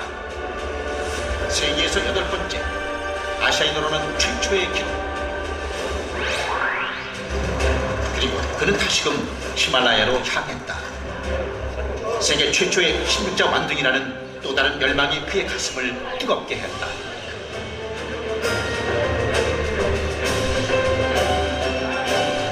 여기 이제 불경이 적혀있는 거거든요, 이게? 불경이야. 지금 남아경이 적혀있는 이걸 돌리면서 자기 마음속에 이제 소원 비는 거예요.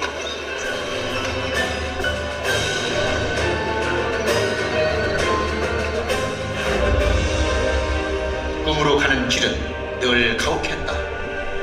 희박한 공기 속에서 수없이 맞닥뜨린 죽음의 그림자. 팔목이 부러지고 발가락이 잘려나갔다. 6명의 후배와 4명의 셰르파를 잃었다. 사람들은 그의 재기가 불가능하다고 했다.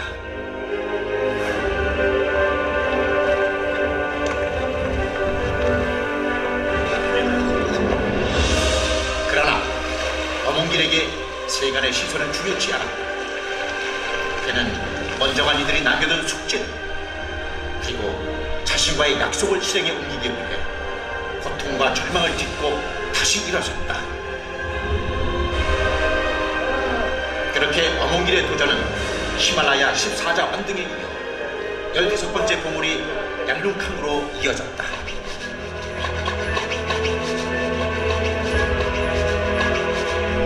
내일 이제 나머지 지으니까 육지라도 좀 깨끗하게 하려고. 깨끗하고 이제 나머지 지으는 거. 춥게 하지 마. 잠깐. 빨리 오세요. 히말라야 고봉의 정상으로 향하기 전 머무는 베이스캠프. 해발 5,000m가 넘는 곳에서 그나마 제대로 끼니를 때울 수 있는 고마운 곳이다.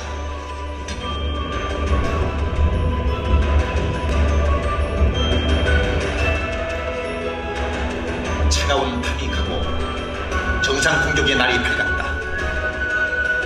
인간의 의지 이전에 신의 보살핌이 있어야 하는 히말라야 등반. 모험과 도전 정신은 잠시 버려두고 겸허히 낮춘 몸과 마음으로 기도하며 걷는다. 히말라야의 신이 이 걸음을 허락해 주기만 해.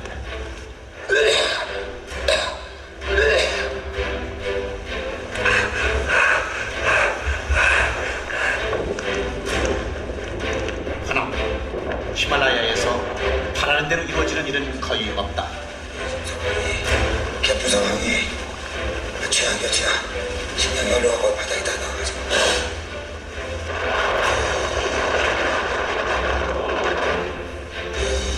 갑작스런 악천 후에 정상을 포기하고 돌아서는 건 히말라야에서는 흔한 상황이다.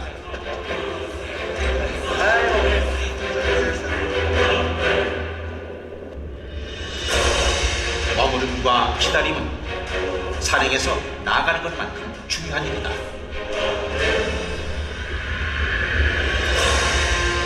베이스 캠프로 급제해 산의 표정만 지켜본 지 얼마나 지났을까. 길어진 중간에 몸 상태가 나빠진 대원들을 뒤로하고 어묵들이 다시 길을 나섰다. 그렇게 그는 15번째 꿈의 봉우리에 섰다.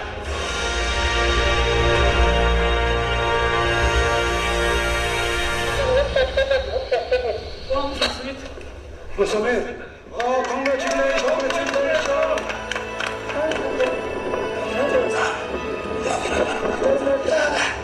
설파트 병주가 바람이 너무 불다. 너무 많이 불다.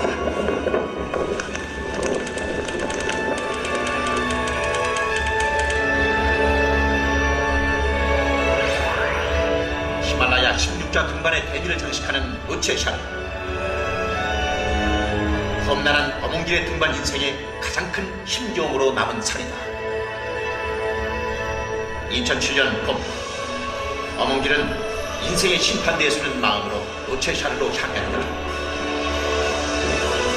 3번의 실패 뒤 4번째 나선 길. 지난 22년간 숱한 히말라야 고봉들을 오르며 생사의 경계를 넘나들었지만 이토록 혹독한 산은 없었다.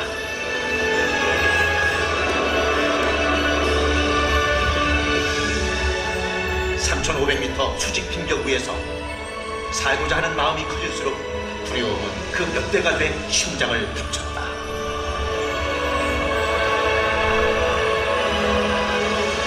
그렇게 어몽길은 지독한 공포와 고독에 맞서며 꿈을 향해 갔고 드디어 2007년 5월 31일 히말라야 16자 왕등이라는 대기록의 주인공이 됐다. 진짜 금방 왔습니다. 이게 마지막이니까 금방 이런 생각이 불안을 생각하니까 수월치했어요. 이번 등반에 한국 등반사에서도 굉장히 의미 있는 등반이 되지 않을까. 이번 등반을 하여튼 성공할 수 있게끔 좀 고생하고 대원도 있기 때문에 성공도 있지 진짜예요. 그는 여전히 산을 모른다. 이젠 히말라야의 어느 봉우리가 아닌 어몽길 자신이 세운 인생의 산.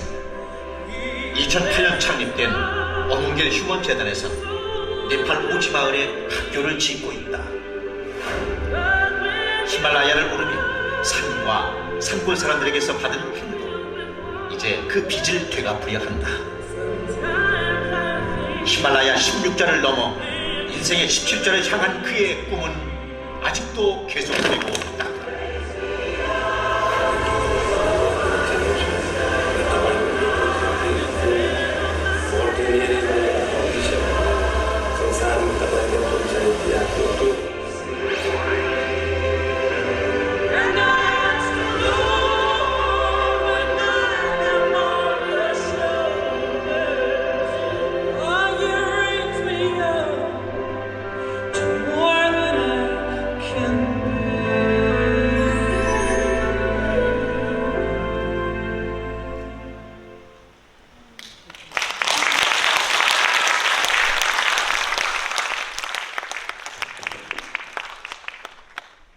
나마스테. 반갑습니다. 먼저 더운 여름철에 뜨거운데 귀한 시간 되셔서 참석해 주셔서 감사를 드립니다. 오늘 강연을 해주신 어몽길 대장은 네팔에서 귀국한 지 얼마 되지 않으시고 국내 일정이 너무 많으셨죠. 어제 저녁 내에도 촬영이 있어서 날밤을 새고 지금 아침 열차로 오셔서 서울의 일정 때문에 더 많은 얘기를 나눠야 되는데 그렇지 못할 것 같습니다. 여러분을 대신해서 좀 몇 가지는 좀 물어드리고 조금 더 얘기를 나눠보겠습니다. 감동적이죠? 인류 역사상 최초 현재 살아있는 전설입니다. 오늘의 만남에 조금 전에도 강의 시간에 있었던 어몽길 대장의 인연이 여러분들이 크게 다가가기를 바랍니다. 먼저 어몽길 대장님께 좀 묻고 싶었던 것은 참 일찍이 만나서 같이 등반도 하고 또 동료도 잃어보고 같이 등반하면서 또 두 대원도 잃어보고 저도 역시 이제 히말라야에서 6명의 대원을 잃었습니다만은 어몽길 대장이 그 히말라야하고의 약속 속에 그 먼저 가신 셀파들과 사라기들을 생각해서 호학들을 생각해서 네팔에 그 학교를 짓게 되셨는데 그동안의 우여곡절 수많은 말 못할 얘기가 있었을 것 같아요. 그네들의 현황이 어떤 상황인지, 그러니까 우리가 얼마만큼 그 사람들이 어렵기 때문에 그 학생들이 네팔인데 어렵기 때문에 도와주지 않으면 안 되는지 보살피지 않으면 안 되는지 그 말씀을 좀 먼저 해주시겠습니까? 예, 진짜 뭐 제가 오랜 세월 동안 그동안 8,000m를 아까 말씀드린 85년부터 도전하면서 좀 산만 보고 진짜 항상 산에 대한 생각만 하고 모든 것을 산에 대해 초점을 맞춰서 포커스를 맞춰서 이렇게 올라다니고 또 금방 끝나면 바로 또 귀국해서 다음 또 산에 갈 준비를 하고 이렇게 하면서 다녔는데 어느 순간서부터 이제 그 사람의 세계고 그 세계를 이렇게 들여다보면서 그 아이들의 이렇게 볼 때 그 아이들 보니까 또 그들의 또 교육의 현장을 또 이렇게 관심 있게 보고 되고 근데 진짜 그 히말라야 산골 오지마을의 그 아이들에게 교육이라는 것은 진짜 너무너무 절실한 겁니다. 도시하고는 또 틀리죠. 도시는 물론 뭐 이렇게 교육 환경이 열악한 좋은 건 아니지만 특히 산간 지역의 오지 지역의 학교라는 것은 굉장히 아주 귀하고 소중한 그 존재라는 것이죠. 교육을 받고 싶어도 학교를 가고 싶어도 시설이 없어서 학교가 없어서 학교를 가기 위해서 평균 1시간은 기본입니다. 한 2시간씩 걸어야 돼요. 산길을 어린 학생들이.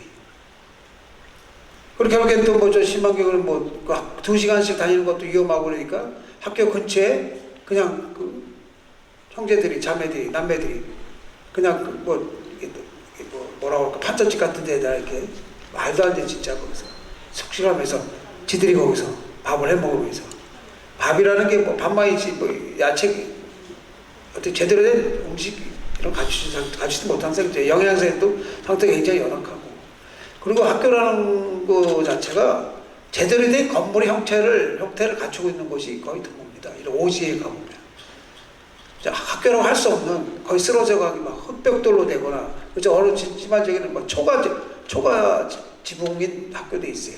흙벽돌에 초가 지붕. 막 비가 이렇게 새가지고 비 오는 날 되면 비가 쑥쑥 떨어지고 학생들은 흙바닥에 앉아서 공부를 하는 그런 곳도 있고 그 다음에 뭐 진짜 뭐 칠판이라는 것이 진짜 이게 뭐 시멘트 벽에다가 검정색 페인트를 칠해가지고 그게 거기다 글씨 쓰고 그거 진짜 참 너무너무 어쨌든 교육 환경이 너무너무 열악하죠.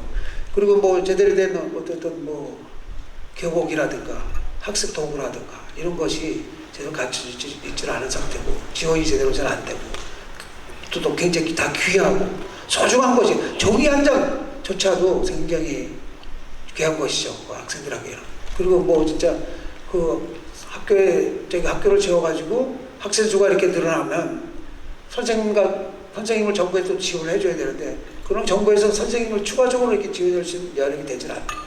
그럴 경우 저희 재단에서 선생님들도 이제 추가로 고용을 해서 재단에서 이제 선생님 월급을 직접 좀 현재 13분의 선생님들도 저희가 지원해주고 있고 또 저희가 이제 학교를 이렇게 지원을 이렇게 만들어주면 현대식 시설을 이렇게 다 만들어주거든요. 콘크리트 구조물로 해서 아까 사진도 보시면 잠깐 보셨겠지만 현대 시설에서 모든 그 진짜 뭐 하드웨어에서 또 소프트웨어까지 책벌상까지 다 갖춰줍니다. 근데 이것을 지어주고 끝나면 안 돼요. 그 이후에 계속 유지 보수 관리를 해줘야 됩니다. 왜? 자체적으로 그것을 운영 관리할 수 있는 그런 여력이 되질 않는 겁니다. 왜? 워낙 그쪽의 환경들이 경제적인 이런 부분들이 너무나 열악한 이런 지역이기 때문에 그런 것을 다 저희가 하다못해 유리창 한 장 깨지거나 뭐 문짝이 망가지거나 화장실 변기가 그래서 화장실도 저희는 딱 어쨌든 수세식으로 이렇게 만들어져요. 재래식이 아닌 수세식으로. 그 정도로 특히 여학생들이 어느 정도 성장하게 되면 학교를 가게 되는데 화장실 문제 때문에 학교를 안 가려고 기피하는 그런 현상들도 있어요. 왜? 남녀 화장실은 개념이 별로 없습니다. 그런 것이. 그러니까 그 학생들이 어느 정도 크면 부끄러워 창피해서 화장실 부분에 대해서 그래서 저희는 그런 걸 화장실 남녀 화장실 완전 구분을 시키고 수세식으로 다 하고 그런 것도 뭐 그 시설도 다 하고 또 소프트웨어부터 책걸상부터 그런 이렇게 지원을 해주고 예. 어떤 뭐 선생님들이 이제 어떤 교육에 어떤 이런 거 학습법을 높이기 위해서 한국에서 또 이제 선생님들 이런 모임 단체에서 가가지고 갖고 선생님들 그 교육법도 학습법도 가르치고 그리고 또 이제 그 추가적으로 먼저 학교만 지어주고 끝나는 게 아니고 저희는 이제 추가적으로 뭐 컴퓨터실이 필요하다, 도서실이 필요하다 이러면 저희들이 이제 뭐 그런 걸 추가적으로 이렇게 지어주고요. 그렇습니다. 그리고 뭐 학교가 좋으니까 시설이 좋으니까 외지 있다 주변에 학교 시설 안 좋은데 학교 학생들이 전학을 오게 되면 그걸 수용할 수 있는 또 추가적으로 학생 수가 또 많이 늘어나게 되면 교실을 또 공간이 더 필요하지 않습니까? 그래서 저희가 지금 학교도 지금 추가적으로 또 증축 공사를 하는 학교도 또 늘어나고요. 지속적으로 저희가 계속 유지 보수 관리를 해줘야 하는 상황이고 그렇습니다. 예, 감사합니다. 예. 여러분들도 어몽길 대회장의 네팔 어린이 돕기에 동참할 수 있습니다. 큰 돈이 아니고서도 기업이 아니더라도 할 수 있습니다.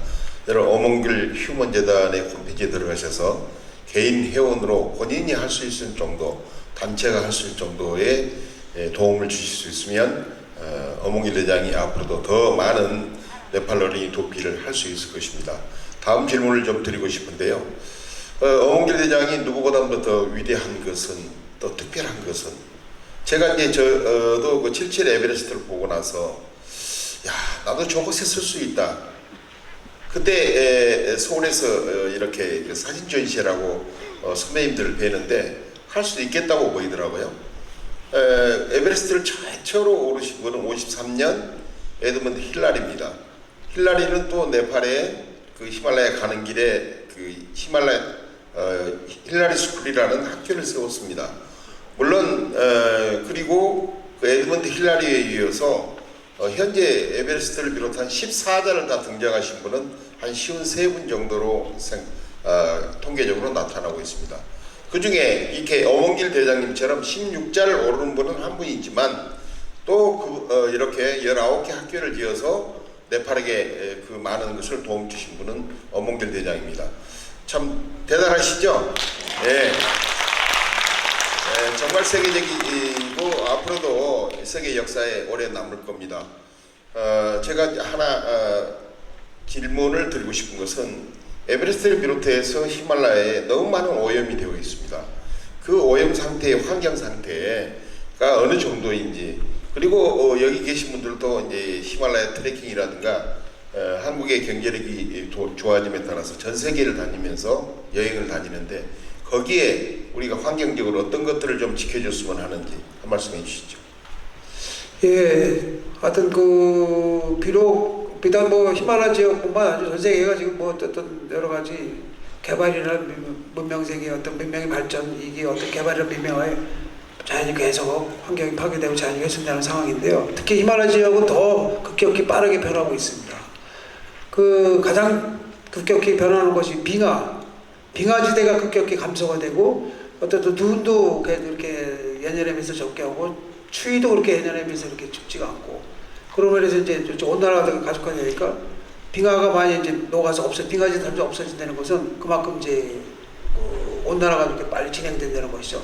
그리고 제가 80년대 다닐 때, 90년대, 2000년대 이제 최근에 근래 이렇게 보면 급격히 감소되고 줄어드는 게 눈에 이렇게 확연히 드러날 정도로 엄청나게 막 빙하가 많이 감소되고, 그리고 또 그것이 빙하가 이렇게 급격히 녹으면 수십 년 동안 이렇게 흘러내려오던 물의 계곡의 폭이라는 게 기존에 예를 들어서 평균으로 폭히고 오르는 평상시 흐르는 물의 계곡의 폭이 5m라고 하는데, 빙하가 이렇게 계절에 여름철에 좀 많이 녹았을 때 한 10m 폭이 된다고 가정하지만, 그것이 이제 빙하가 점점 좀 많이 녹게 되면 계곡이 또 막 물이 많이 흘러내려오니까 계곡 폭이 넓어지겠죠. 그럼 그 주변에 산이 깎이겠죠. 산이 깎이면서 이제 거기 또 일어나는 막 산사태가 일어나겠죠. 그럼 점점 사람이 이제 어디 주로 살겠습니까? 물과 가까운 물을 끼고 다 살지 않습니까? 강을 끌고 사람이 살지 않습니까?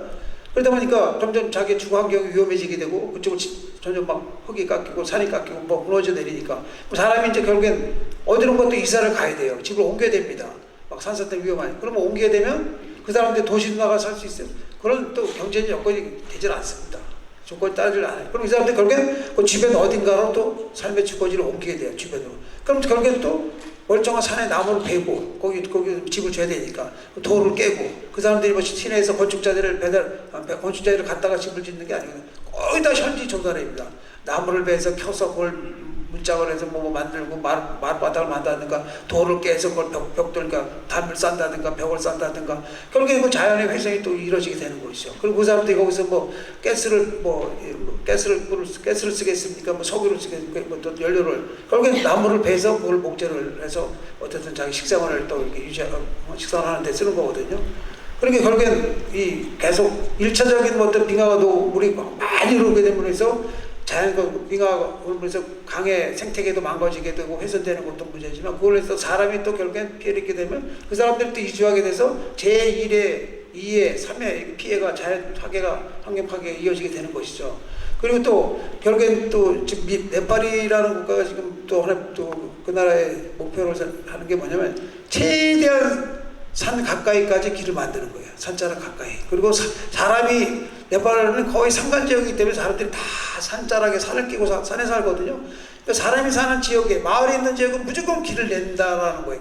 산길을. 그러니까 산을 계속 깎아서 도로를 만들고 산에 그 첩첩첩 산중에까지 산을 깎아서 길을 만들고, 마을만 있으면 무조건 길을 다 내요. 산을 다 깎아서. 그러니까 산이 막 계속 깎여 내려가고 훼손되고 강이 막 오염이 되고 그런 어떤 자연 파괴가 지금 계속적으로 지금 진행되고 있는 상황이거든요. 자, 그런 걸 볼 때 제가 다녔던 80년대, 90년대 최근에 들어서 급격히 해가 거듭되면 거듭될수록 인간이 살고자 하는 영역은 점점 커지게 되는 거 아니겠습니까? 그럼 넓어지게 돼요. 그러다 결국에 그것이 관에까지 문명의 얘기가 들어가게 되면 점점 또 많은 자연의 어떤 순수한 자연의 세계가 파괴가 되고 그것이 오염이 되고 이렇게 되는 거 아니겠습니까? 그런 식으로 지금 네팔의 어떤 자연 환경 자체가 갈수록 또 이렇게 보존이 되고 나아지는 게 아니고 갈수록 점점 더 이렇게 나빠지고 많이 파괴되고 있는 상황이고, 어떤 온난화의 어떤 급격한 제1의 타격을 받는 것이 가장 그 1차적인 어떤 가장 그 눈에 드러나는 것이 바로 빙하가 급격히 빠르게 녹는다. 그리고 빙하가 녹음으로 해서 또 어떤 현상이 일어나냐. 빙하가 막 그렇게 되면 그 물이 흘러내, 계곡을 타고 흘러내려가다가 그 빙하물이 흐르다가 어느 지점에서 막 산사태로 인해서 그냥 탁 자연 발생적인 이렇게 호수가 형성돼요. 호수. 자연적으로. 인위적인 이렇게 뭘 막아서 이렇게 사람들이 막아가지고 댐을 만들거나 어떤 물을 만들고 저수를 우리 있는 것처럼 만든 인위적인 이게 물막이를 한 게 아니고 자연 발생적으로 이렇게 흙이 돌이 무너져내고 쓸려 내려오면서 이렇게 막아가지고 거기서 자연적인 빙하 호수가 생기는 겁니다. 근데 이것이 어마어마한 거죠. 지금 히말라야 그 산 자락에 그런 빙하 호수들이 곳곳에 엄청나게 많이 산지되어 있습니다. 이건 비단 네팔뿐만 아니라 파키스탄, 저쪽 인도 지역, 이런 인도 지역부터 네팔 이런 지역에 산 자락에 그러니까 산 자락이라는 것은 빙하가 있는 그 지점의 끝자락 정도, 어느 정도 내려온 지점에 빙하 호수들이 이렇게 형성되어 있어요. 호수들이 자연 발생적 호수들. 근데 이것이 물의 양이 엄청나게 많거든요. 근데 이것이 언제 터질지 모르는 거예요. 여기까지만 하셔야 되겠네요. 예. 핵폭탄까지 핵폭탄. 아니, KTX를 제가 자본을 쓰고 이제 시간 다 있습니다. 일어나야 됩니다. 제가. 저기 그럼 진짜 엄도 없이 감옥할 만한 하시는데 대단하죠. 엄청난 빙하 호수가 또 우리 회복탄 이상입니다. 하여튼 대단하시죠. 여러분들은 관계에 살고 대부분이 또 이 전남에서 우리 윤석열 회장님을 비롯해서 많이 오셨네요. 보시면 무등을 중심으로 해서 광산은 좌측에 황룡이 흐르잖아요. 또 영산이 있잖아요. 그 영산이 모아진 것은 극락이거든요. 그 위에 산은 무등이잖아요. 대단한 산입니다. 여기에 천기를 받고 있습니다. 나머지는 이제 얘기할 수도 없는데, 이제 제가 환경운동을 함께 하셨던 분들이 선후배님들 다 어르신들 많이 계시는데, 무등산 4m가 잘려있는 거 아십니까? 예, 무등산 정상도 복원하면서 바로 우리 어몽길 대장이 5대양 6대6 그리고 히말라야 2500km를 다니면서 했었던 이 길을 오늘 많이 받으셨잖아요. 생각이 많으실 거예요. 오늘 얻으신 거 그냥 하지 마시고 벽장에다가 집에 쓰십시오. 매직으로 써놓으십시오. 한 가지만이라도 실천하도록 써놓으시면 세 자릿수까지 건강하게 사실 수 있습니다. 마지막에 길을 받도록 하겠습니다. 어몽길 대장이 한번 일어서서 히말라야 길을 한번 넣어주고 가셔야죠. 예, 알겠습니다. 여러분들 오늘 뭐 너무 아주 뵙게 돼서 너무 반갑고 기쁘고 행복합니다. 여러분 부총장을 비롯한 항상 그 국민 여러분들 외치겠습니다. 오른손을 드시죠. 자, 이 오른손 딱 모든 기운을 이 손끝으로 딱 모아주시죠. 다리에 힘을 딱 주시고 주먹에 불끈 힘을 주시고 외치겠습니다. 이 자리에 함께 하신 모든 여러분들의 이 기를 모아주시고 광산구 구민 여러분들의 기를 또 모아주시고 광주의 정신적인 힘의 근원이 무등산의 기를 담고 제가 히말라야에서 발전 때 성스러운 기운을 쫙 기를 나눠드립니다. 기를 담아서 외치겠습니다. 이 좋은 기운을 위하여 그러면 길 하시면 됩니다. 아시겠습니까? 이 광산구의 국민의 기, 무등산의 기, 히말라야 발전 때 16제 이 기를 받으시고 여러분들 항상 건강, 행복, 행운이 함께하길 바라면서 이 좋은 기운을 위하여 그러면 길 외치시면 됩니다. 이렇게 아시겠죠? 네. 생기, 활기, 정기입니다. 이 좋은 기운을 위하여 기. 여러분 감사합니다.